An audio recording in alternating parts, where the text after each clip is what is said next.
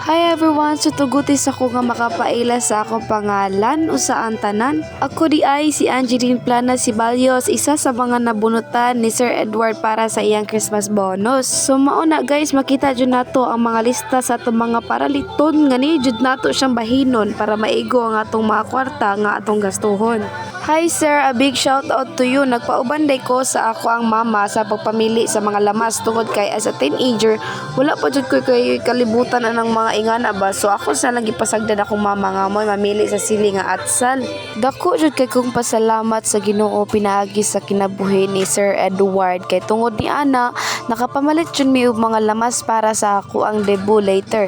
Yes, I'm turning 18 later na. Gitagbo sa Ginoo nga akong panginahanglan pinaagi sa kinabuhi ni Sir Edward kay isa ko sa iyang mga nabunutan sa iyang Christmas bonus.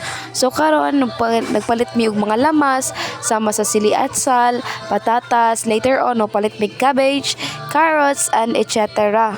Fast forward and nabahin man nato pag-ayon no ang tanan nato mga paraliton and this is the outcome.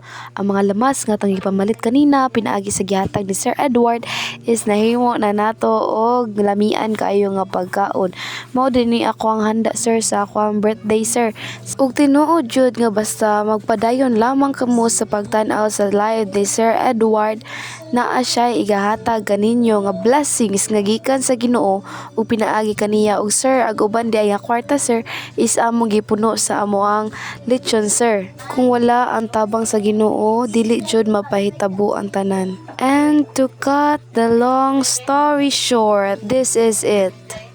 Ta-da! So, this is after my debut. So, I just want to say thank you to Sir U.S. Edward Tibateon. Thank you kayo, sir, tungod sa imong gihatag, sir. Dako kay ni siya pagkatabang sa ako, sir, sa contribution sa pagpahitabo sa ako ang debut, sir. Thank you, jud kayo, sir, tungod kay kanina sa pagpamalit na mo, sir. Na budget na mo darong ang kwarta, sir. And then karon, look. Thank you, bisan pa og simple ra, pero worth it. Thank you kayo, sir. And I just want to thank you and God bless you because after meeting you, sir, lipay dito kayo na po, sir. It is because dili lang sa imong mga paghatag, sir, kundi tungod po sa imong gugma sa paghatag, sir. Salamat, sir. I pray that God will always shower you more blessings to come. Thank you. Till birthday.